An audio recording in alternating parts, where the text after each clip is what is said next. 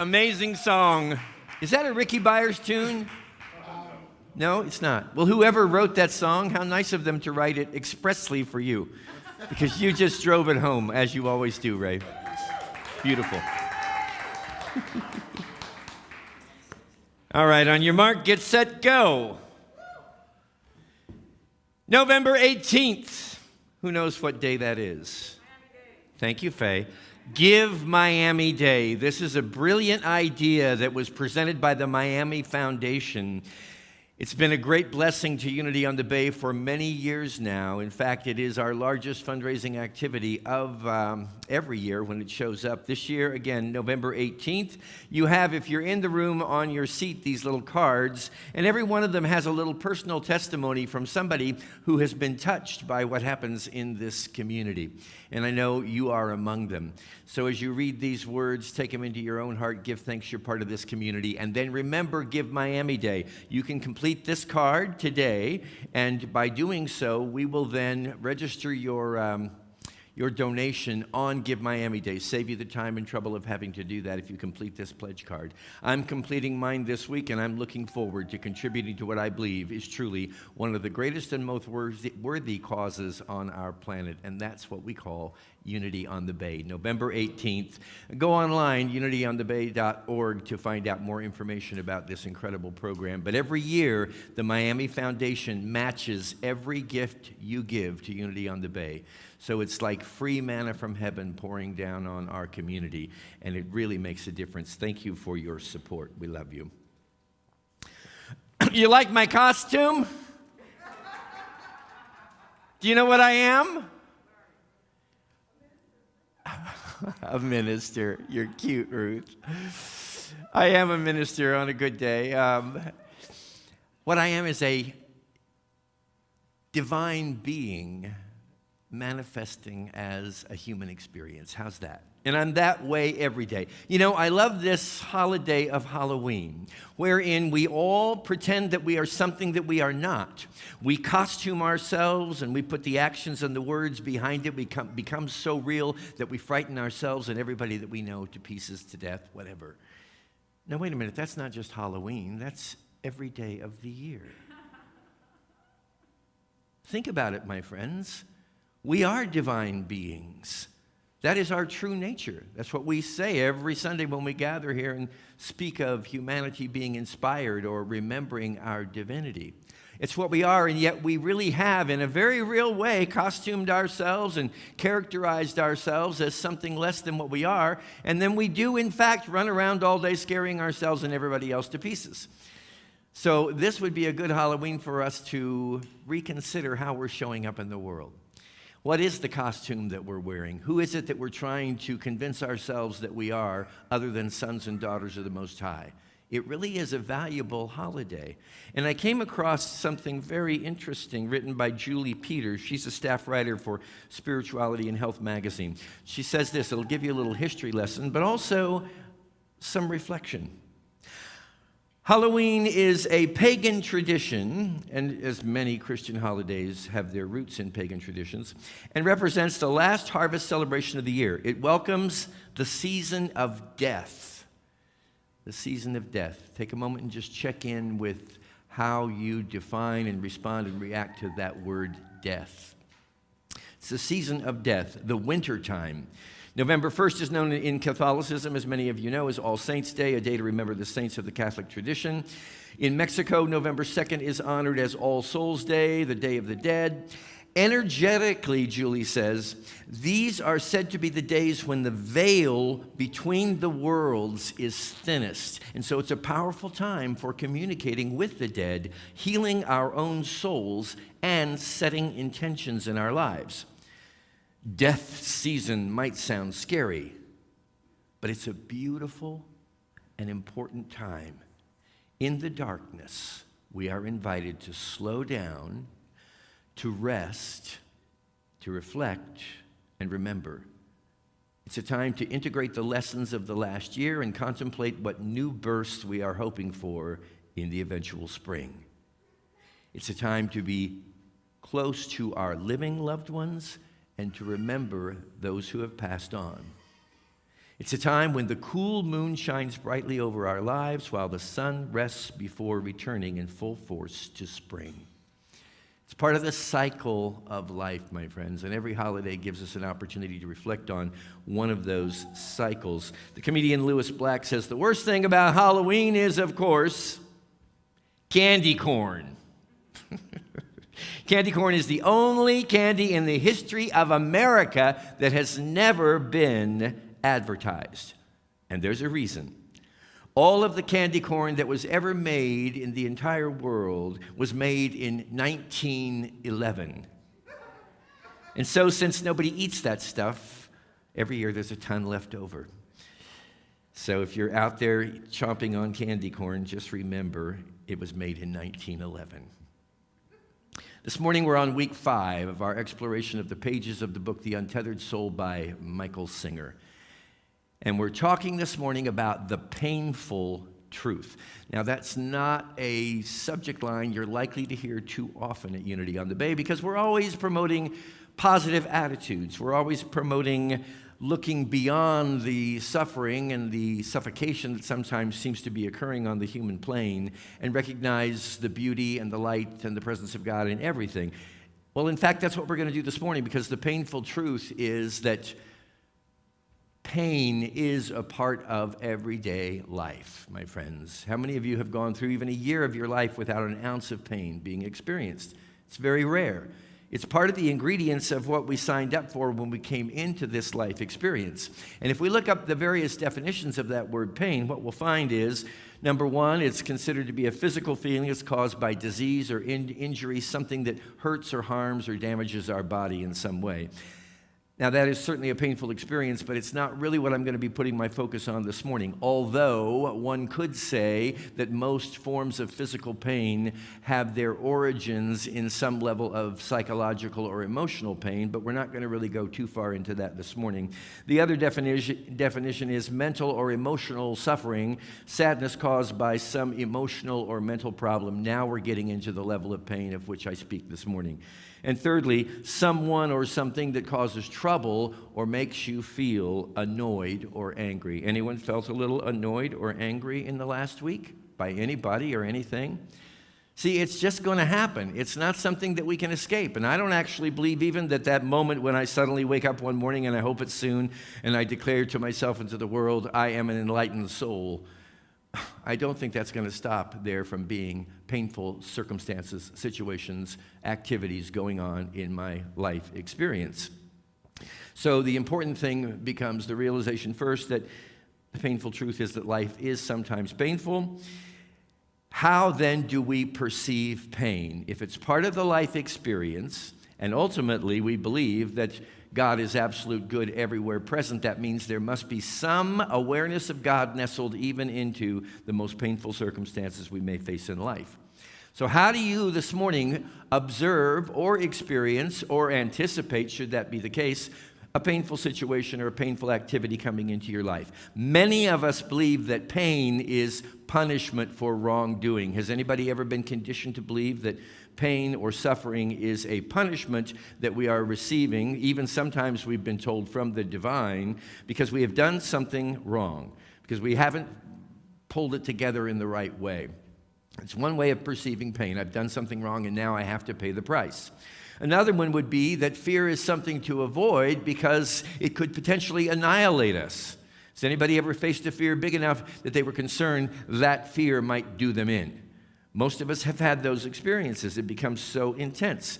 So naturally, we perceive then fear as something that we should run away from or protect ourselves from because we don't want painful circumstances or situations in our lives. And I know none of us want that, but again, we've acknowledged, or at least I've acknowledged, and perhaps you have too, that pain is inevitable. It's part of the ingredients of life experience.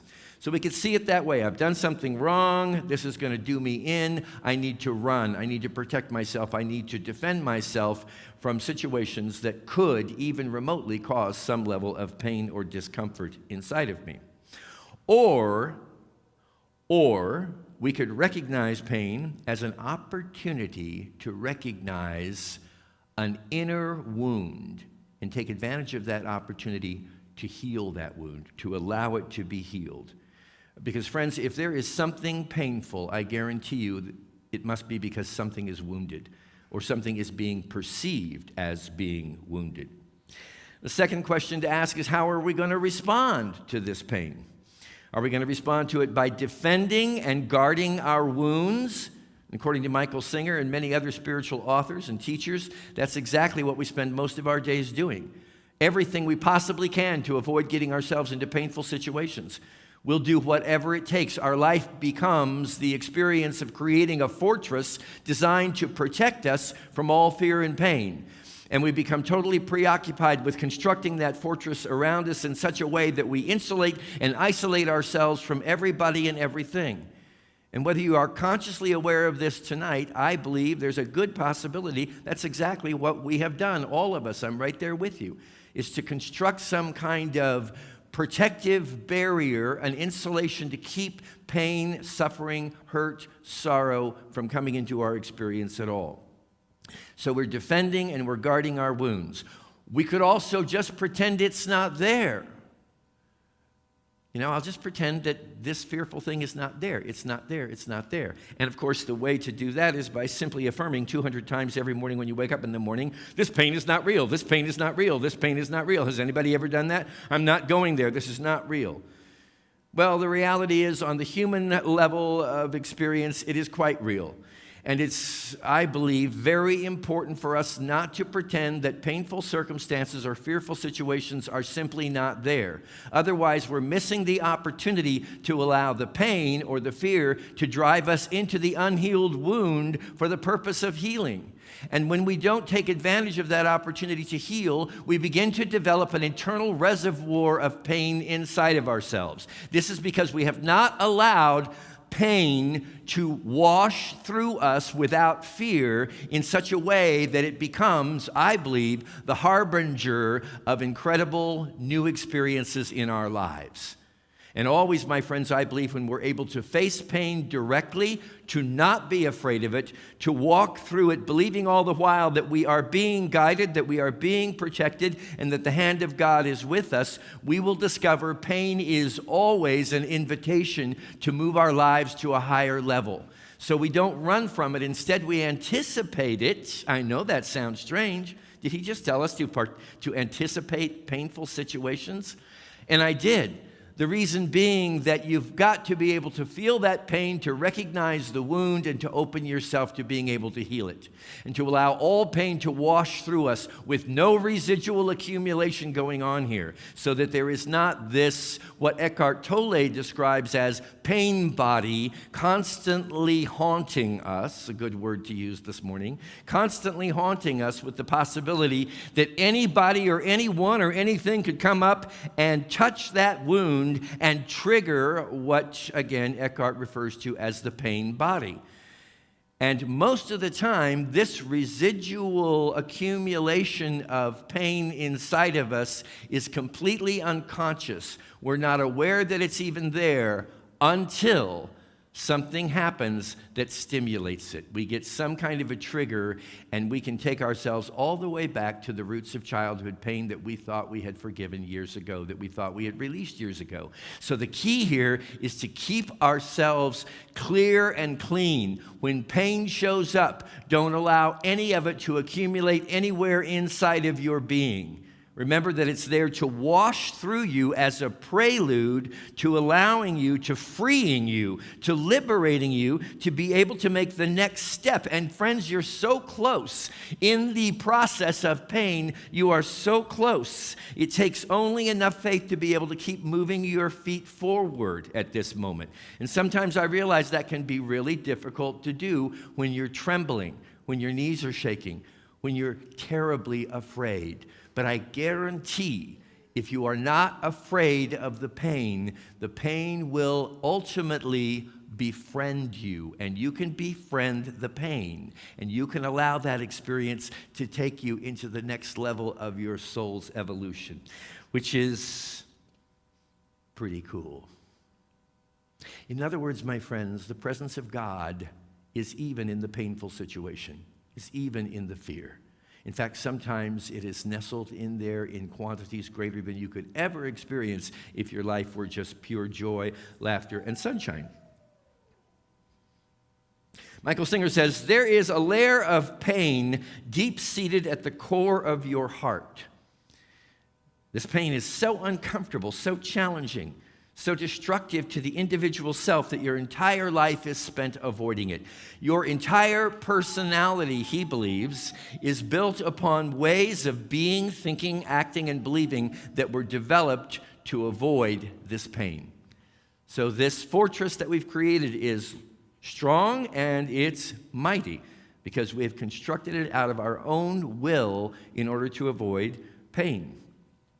We want to recognize then in this room this morning, at least I extend the invitation to you, that pain can be a worthy companion. It is not something that you have to run from. It's not something you have to be afraid of.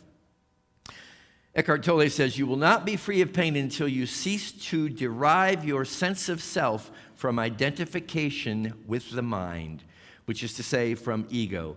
The mind is then toppled from its place of power, and being, with a capital B, reveals itself as your true nature.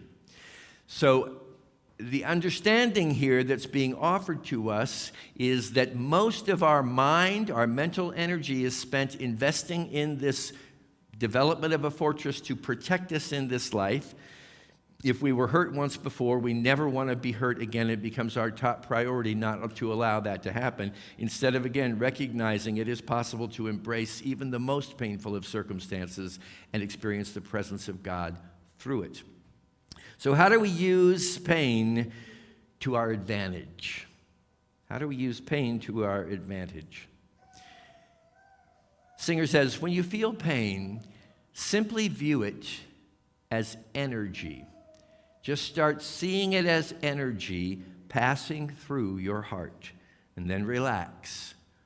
Relax your shoulders. Relax your heart. Remember that any tension is the result of resistance that is seeking to push the pain away. Don't believe for a moment that I don't understand why we would do this, my friends. I do. And I do it every day, trying to push the pain away. It seems unreasonable to instead seek to embrace that pain and to relax into it. Let go and give room for the pain to pass through you. It's just energy. It's just energy. See it as energy and let it go. Pain is always a doorway to liberation. There's tremendous joy, beauty, and peace within you, says Michael Singer, but they are on the other side of pain. On the other side of pain is ecstasy. Think it just for a moment. How could you really understand and appreciate an ecstatic experience if you hadn't ever had a painful experience to contrast it to? There's value in everything in our lives, my friends. What we're seeking here is to get on the other side of that pain experience true freedom. I had a recent experience where I discovered that a dear friend of mine and a friend of many of you know, Jude Byrne, our drummer here, who used to drum all the time with Carlos Planas, and it was such a beautiful, for me, enlightened sister on the path, who I was texting with one day in Santa Fe, New Mexico, where she lived, and a few weeks later I discovered that she had unexpectedly gone in to the hospital based on a prognosis from a doctor stating that she had cancer, and within less than a week she had passed away. That was really unbelievably painful for me because it was so unanticipated, and because every time Jude comes back to Miami, we always have lunch together at Sushi Siam, and there were moments where I was fading into these memories and then just feeling the pain of the loss of someone that I loved so much. And I decided to practice some of these principles. The first thing I did was realize it is not necessary for me to be afraid of this pain. I do not have to run away from it. I can walk into it slowly, and that's exactly what I did, allowing myself to really feel the full measure of not only the pain I was experiencing in Jude's departure, but also the immense love that I experienced with her when she was in physical form and we were relating in that way. So I walked into it slowly and I said, what is it to this pain that you have to say to me What is it that you have to reveal to me? Pain is a wonderful teacher, my friends, if we can just remember that. Instead of running away, ask, what is it you have to say to me? Allow yourself to feel it. And without resistance, let the pain flow through you and away from you. And then thank the pain for the message that it brings. What is possible here, my friends, is for you and I to actually, this is going to sound a little sadomasochistic, but I'm going to say it anyway, to love our pain. Can we love our pain? Can we love that we're alive enough to be able to feel it? Can we appreciate that whatever might be bringing pain into our lives was also once the source of great love and comfort and peace to us? Can we just recognize these are all ingredients in the great mosaic of experiences that are possible in this life we call human existence? Singer goes on to say, you can devote your whole life to the process of making sure everything fits within your limited model, within your fortress. You can defend that fortress, you can support it, you can try to keep all fear and pain out of it, or you can devote your life to freeing yourself from the limits of your model. The limits of what you have decided in some level, in some way, is right, wrong, good, bad, appropriate, inappropriate. Break through that model, my friends. We really are at a point, I believe with all my heart, where it is not necessary for us to walk around in these isolated, insulated containers that have been constructed by our own mentality. Instead, we can recognize that we ourselves have imprisoned ourselves in a jail of fear that is the result of pain that is unresolved within us. We don't have to defend our imprisonment any longer. Do you hear me on this? We don't have to defend the model that we've created. We don't have to keep certain things out because they're potentially painful and allow other things to come in because they're potentially pleasing. We are free enough and we are strong enough in this moment and always to face whatever pain comes into our lives, to embrace it, to actually love it. My friends, there's nothing that the power of love cannot heal. If you can love that pain, if you can thank it, if you can open a dialogue with it and let it take you into those hidden recesses within your own consciousness of which you are not even aware. Why? So that they can once and for all be recognized and healed. And then, only then, we are free to walk gracefully and growingly into our next and greatest experience of life. God bless you.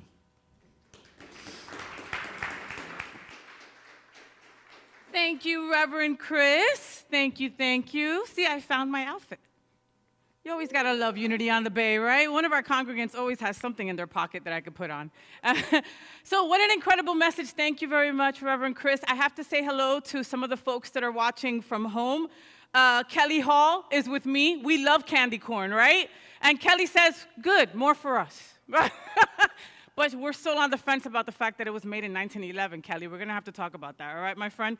Pam Bromley, hi, Pam. She says, how blessed is Unity on the Bay to have incredible congregants and a wonderful minister like yourself, Reverend Chris. Thank you for that. Miss Jamie Freer, hello, hello. Alan, hi. Anna, thank you, guys.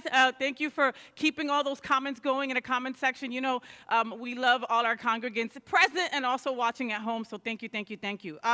Wow, you know, so much information there, Reverend Chris, to like process. You know, pain is punishment. Ow, you know, and some of it is self-inflicting, you know, and we get comfortable in that pain where we step a toe out and it's like, oh, is that okay? Can we feel that joy? Is that joy all right to feel? You know, and it is all right to feel. Pain is always a door to liberation. Wow, like when Reverend Chris said that, I was like, oh. Okay, you know, but it's just so hard to feel it and to then pass through it. You know there's something wonderful on the other side, but right now it feels so yucky. Thank you, Reverend Chris, for an incredible message. Thank you all for being here as well. So, we believe in a spiritual law of giving and receiving, and right now is your time to give in gratitude. There are envelopes for you. If you need one, please raise your hand, and our wonderful ushers will hook you up. Folks at home, all your information is on your screen. You can go green by texting GIVE, G-I-V-E, to 833-245-5645. Folks at home, like I said, your stuff is right there on your screen. Folks here, it's right behind me, if you could see it with my big old hat. Remember that our text giving number has changed, so please make a note of it. Change it in your phone. It makes life a lot easier, okay? So we will bless these gifts together. You can hold your hand to your heart or your gift to your heart if you choose to. Divine love that I am blesses all that I give and all that I receive. Children, come on up. Come on up. Oh my God, we get to bless the children like in person for the first time in what? Almost 2 years, Rev? Children! Oh my God, I'm so happy to see you! Hi! Elbow, elbow. Yes, elbow, elbow. What's up? Where's your brother? Ah! I love you kids. I'm gonna cry. I haven't seen you in like 2 years. Did you get married already? No, you sure? Did you graduate college? No? Did you guys have children? No, not yet. Okay. You're in middle school now. When I saw you last, you were in elementary school. No, you weren't. The children are here. The children are here. All right, let's bless these children together, all right? Okay. Children, we love you. We bless you. We appreciate you. We behold the Christ in you, and we see you doing great things. The children are here! Ah! We've got our trunk or treat out in the parking lot, so you guys are all going to be able to enjoy that. I might be partaking as well. Don't throw me out. All right. Folks, remember that we're here to pray with you, pray for you. I'm going to invite the prayer chaplains to come on up, okay? If there's something that came up that you don't want to go home with, please sit down with them, okay? That's what they're here for, and they love to do that. I'm going to invite Reverend Chris on up for our prayer for protection, followed by our peace song, and I'm going to jump on the stage over here to get out of the way. All right, everybody, I invite you to stand as together we pray our prayer for protection and sing the peace song. The light of God surrounds us, the love of God enfolds us, the power of God protects us, the presence of God watches over us. Wherever we are, God is, and all is well. Amen. Let's sing.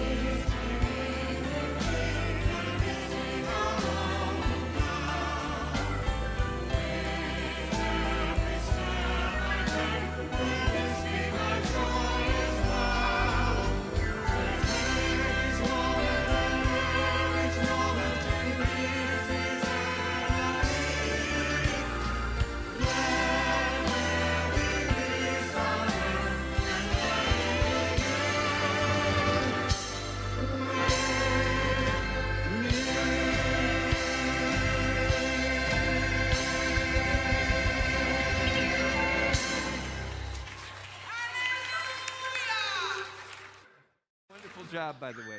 Thank you, The Daily Raul. Word. Thank you. Thank you for all you do, Raul. Good to We see love you all. Thank you, Raul. Thank you, kitties. So good to see So everyone happy back. to see you, kids.